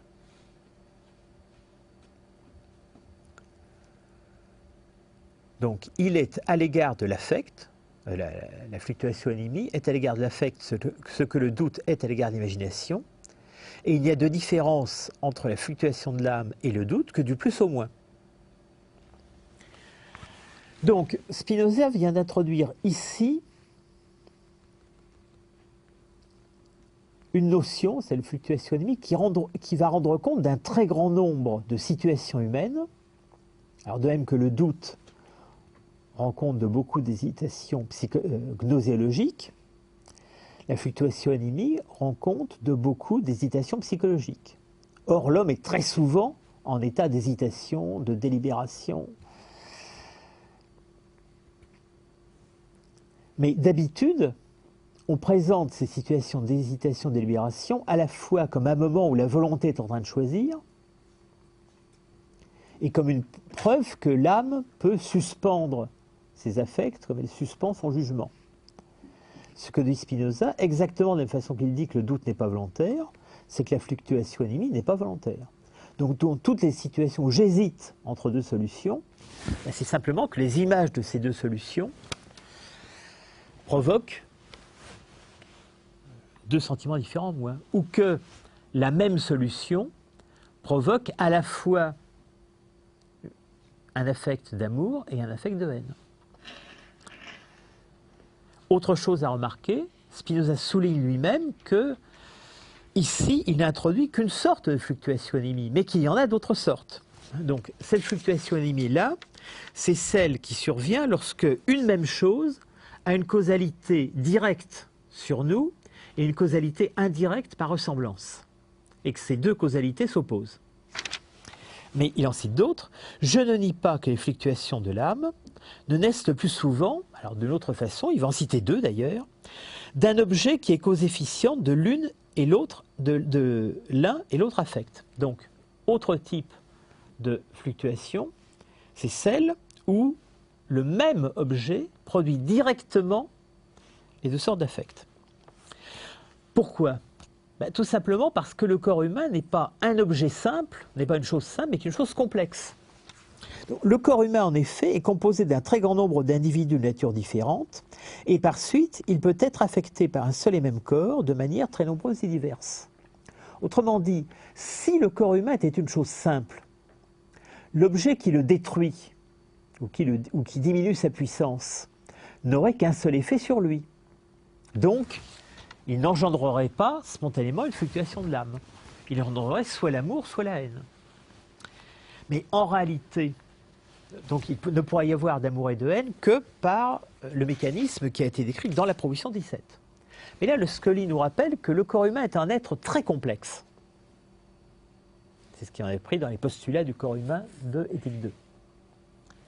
À ce moment-là, le même objet peut avoir deux effets différents.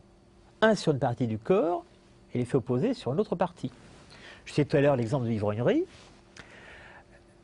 Le même objet, à savoir l'alcool, a un effet négatif sur le foie et un effet positif sur les papilles, sur les organes du goût.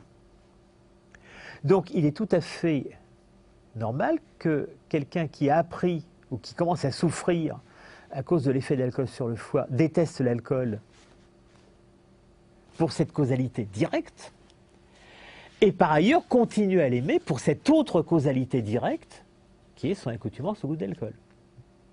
Donc là, on a bien un unique objet qui a deux causalités directes, et qui pourtant produit une fluctuation anémique. D'où l'amour et la haine à l'égard du même objet. Et là, on n'a pas besoin de passer par la modalité de la ressemblance. Le même objet, du fait de la complexité du corps humain, produit directement les deux effets opposés. Et il va en citer encore une autre. D'autre part, de la même façon qu'une seule et même chose peut être affectée de beaucoup de manières, elle peut aussi affecter une seule et même partie du corps de manière multiple et diverse. Alors là, on se situe dans une situation opposée. Cette fois, la complexité, elle n'est pas du côté de notre corps, elle est du côté du corps qui nous affecte. Le corps qui nous affecte lui-même n'est peut-être pas une chose simple. Il est peut-être une chose qui peut produire plusieurs effets. Bon, si je reçois un caillou dans la figure, le caillou, c'est une chose simple, il produit qu'un seul effet, ça fait mal. Mais un objet un peu plus complexe qu'un caillou peut produire plusieurs effets à la fois, dont certains vont avoir un effet positif et d'autres un effet négatif.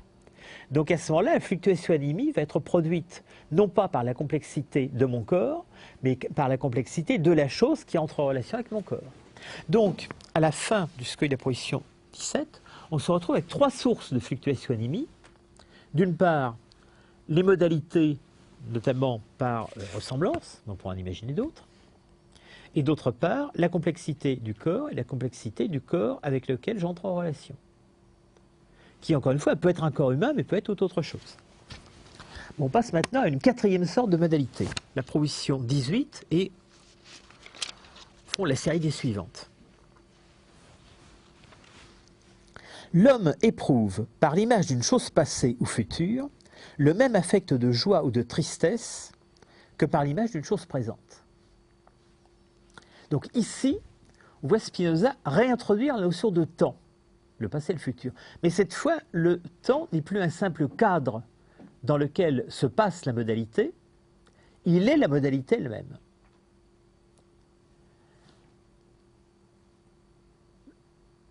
L'association du passé et du futur aux affects va en elle-même modaliser ces affects.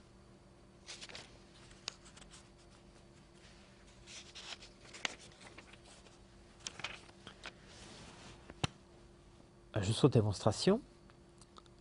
Je lis Escoli. J'appelle ici une chose passée au futur en tant que nous avons été ou serons affectés par elle. Par exemple, en tant que nous l'avons vu ou la verrons, un des affects les plus simples, la rencontre par la vue avec quelque chose, qu'elle a servi à notre réflexion ou y servira, donc un affect un peu plus complexe, chose qui a servi à notre réflexion, ça veut dire que, par exemple, nous l'avons mangé et qu'elle a servi à développer notre corps.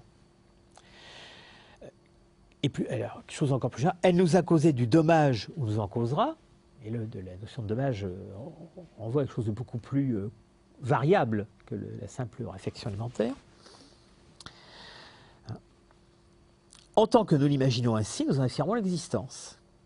C'est-à-dire, le corps n'éprouve aucune affection qui exclut l'existence de la chose, et ainsi le corps est affecté par l'image de cette chose de la même manière que si elle était présente. Comme toutefois, il arrive la plupart du temps que les personnes ayant déjà fait plus d'une expérience, pendant le temps qu'elles considèrent une chose comme future ou passée, sont flottantes et en tiennent plus souvent l'issue pour douteuse, il en résulte que les affections nées de semblables images ne sont pas aussi constantes et sont généralement troublées par des images de choses différentes jusqu'à ce qu'on ait acquis quelques certitudes au sujet de l'idée de la chose. Autrement dit, l'intérêt de ce Scoli, c'est de montrer que la modalité temporelle de la multiplication des affects est au fond une modalité faible. Parce qu'il y a toujours des images qui viennent contredire celles que nous avons. À certains souvenirs s'ajoutent toujours d'autres souvenirs. Donc à certaines anticipations vont s'ajouter d'autres anticipations qui n'ont pas forcément le même sens. Et c'est pourquoi, alors pourquoi c'est important? Tout simplement, ça veut dire qu'un affect lié au présent a toutes les chances d'être plus fort qu'un affect lié au passé ou au futur.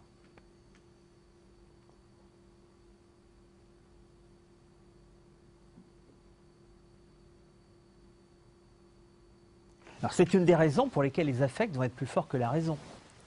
Parce que la raison nous enseigne entre deux mots à choisir le moindre, mais l'affect nous enseigne entre deux mots à choisir le présent plutôt que le passé ou le futur. Donc si un moindre mal est présent, et qu'en l'évitant nous risquons de nous jeter dans un mal plus grand, mais qui est futur, la raison va nous conseiller d'accepter le moindre mal présent pour éviter le plus grand mal futur. Parce qu'elle se livre à une comparaison froide, si j'ose dire. L'affect, au contraire, va nous conseiller d'éviter le moindre mal présent, parce que pour nous, l'image de la présence est plus forte que l'image du futur, et va nous empêcher ainsi d'éviter le plus grand mal futur. Autrement dit, une des raisons pour laquelle l'affect va s'opposer à la raison, c'est la force de la présence. La plus grande force de l'image présente par rapport à l'image future. Et c'est pour ça qu'il est si difficile d'épargner de l'argent et si facile de le dépenser. Parce que la dépense, c'est quelque chose d'actuel, de présent, alors que l'épargne, ça renvoie à l'imagination d'un bien futur, qui est toujours plus faible. Mais évidemment, ça s'applique à tous les autres domaines que celui de l'argent. Alors maintenant, il va s'agir de nommer toute cette série d'affects. Donc, Scoli 2, nous connaissons par ce qui vient d'être dit ce que sont l'espoir, la crainte, la sécurité, le désespoir, l'épanouissement, le resserrement de conscience. Alors, c'est les termes qui traduisent spes, mais tous, securitas, desperatio, gaudium, et consistiem orsus. L'espoir n'est rien d'autre qu'une joie inconstante, née de l'image d'une chose future ou passée, dont l'issue est tenue pour douteuse. La crainte, au contraire, est une tristesse inconstante, également née de l'image d'une chose douteuse. Alors, remarquez que si l'espoir et la crainte sont liés à des choses douteuses, eh bien, on va nécessairement osciller entre l'espoir et la crainte. Dans une ville assiégée, quelque nouvelle que ce soit, quelques nouvelles qui arrivent, on nous dit que l'ennemi va attaquer, nous sommes pris par la crainte, on nous dit que des renforts pour nous arrivent un peu plus loin, nous sommes pris par l'espoir, ainsi de suite. Et ça n'est pas la peine que nous ayons réellement vu l'ennemi attaquer ou réellement vu des renforts arriver. Le souvenir d'actions anciennes où nous avons vu des attaques ou des alliances fait que nous sommes perpétuellement ballottés entre l'espoir et la crainte. Donc c'est pour ça que les gens qui sont, par exemple, soit dans une ville assiégée, soit éloignés à un champ de bataille, mais pas trop éloignés, et qui attendent les nouvelles de la bataille, sont tellement sensibles à toutes les fausses nouvelles qui arrivent. Parce que ces fausses nouvelles renvoient à la représentation d'affects passés et futurs. Alors, regardez, il y a un passage bien connu dans la Foire aux Vanités où on voit tous les gens qui habitent Bruxelles attendent les nouvelles de la bataille Waterloo. Et on dit d'abord, les Anglais ont été battus, ou les Prussiens ont été battus par les Français. Ah mais non, les Français sont en train d'être battus. Ah mais non, les Anglais sont en déroute. Et au fur et à mesure, tous les personnages passent alternativement entre l'espoir et la crainte, pas du tout en ayant des représentations adéquates, mais tout simplement parce qu'ils associent des images à des nouvelles que, en temps normal, si c'était rationnel, ils n'auraient aucune raison de croire. Mais tout simplement, ici, l'imagination fonctionne toute seule, en quelque sorte, par association. Donc, si maintenant de ces affects, on ôte le doute, c'est-à-dire si on s'y place dans une situation exceptionnelle, où on n'est pas ballotté entre l'espoir et la crainte, mais on est réellement d'un côté ou réellement de l'autre. À tort peut-être, d'ailleurs. À ce moment-là, l'espoir devient la sécurité, et la crainte devient le désespoir. C'est-à-dire quand je n'ai plus aucun motif de m'imaginer que de la tristesse va arriver, à ce moment-là, je passe de l'espoir au sentiment de sécurité. Bien entendu, encore une fois, ce sentiment peut être parfaitement illusoire. Il ne renvoie pas du tout à la réalité, il renvoie à la disparition des motifs de crainte. Et inversement, quand je n'ai plus aucun motif d'espoir, à ce moment-là, la crainte devient unique, et dans ce cas-là, la crainte se transforme en désespoir. On voit ici que les variations de la certitude viennent s'ajouter aux variations temporelles. Et enfin, l'épanouissement, c'est-à-dire le gaudium, est une joie qui est née de l'image d'une chose passée dont l'issue a été tenue pour douteuse. Donc j'ai craint un instant que ça se passe mal, mais de fait ça s'est bien passé. Et inversement, la morsure de conscience, le resserrement de conscience, c'est la tristesse qui est inverse de celle-là. Donc on a vu toute une série de nouveaux affects qui se sont déployés à partir de ce que l'imagination peut ajouter comme dimension temporelle aux affects primaires. Maintenant, à partir de la position 19, on va déduire de tout ce qui précède des caractéristiques concernant les imaginations que nous assignons à l'objet de notre amour ou de notre haine, ou des variantes de l'amour et de la haine, sur l'espoir, de la crainte, etc. Et ça a donné toute une série de variations qui vont aller de la proposition 19 jusqu'à la proposition 26. Qui imagine que ce qu'il aime et détruit va être attristé, qui imagine que ce qu'il aime est conservé va être joyeux. Position 20. Qui imagine que ce qu'il a en haine est détruit sera joyeux. Qui imagine ce qu'il aime affecté de joie ou de tristesse sera également affecté de joie ou de tristesse. Et cela sera proportionnel à ce qui affecte la chose aimée. Si nous imaginons que quelqu'un affecte de joie la chose que nous aimons, nous serons affectés d'amour à son égard. Si au contraire nous imaginons qu'il l'affecte de tristesse, nous serons tout au rebours affectés de haine contre lui. Qui imagine affecté de tristesse ce qu'il a en haine sera joyeux. Si au contraire il imagine affecté de joie, il sera attristé.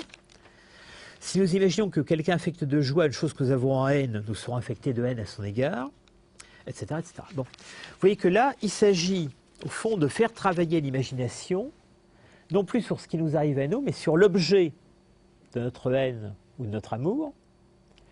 Et les imaginations, disons, de second degré que nous concevons ainsi, provoquent à leur tour des affects en nous. Et ce que Spinoza analyse à partir de la position 19, c'est au fond toute cette série d'affects du second degré.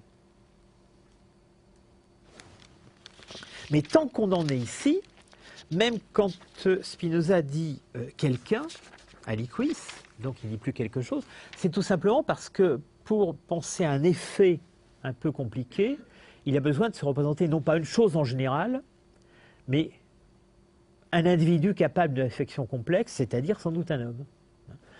Mais la seule chose qui caractérise ce quelqu'un, c'est au fond qu'il est capable d'une action, donc d'un effet, sur l'objet de notre joie, de notre tristesse, sans plus. Donc rien pour l'instant, jusqu'à la proposition 27, ne nous dit que ce quelqu'un est semblable à nous. Ce quelqu'un est encore d'une certaine façon un quelque chose. Un quelque chose capable d'action, mais où son action n'est pas caractérisée par le fait qu'il est semblable à nous. Donc au fond, jusqu'à la proposition 26 y compris, toute la mécanique des affects et toutes les modélisations des affects primaires se déroulent dans un univers où nous n'avons pas besoin de penser qu'il existe des choses semblables à nous. À partir de la proposition 27, tout va changer. Et c'est cette introduction de la similitude, non plus de la similitude dans l'objet, mais d'une similitude dans le sujet, qui va provoquer l'imitation des affects, c'est-à-dire un tout autre champ de modélisation. Donc c'est ce que nous verrons la prochaine fois.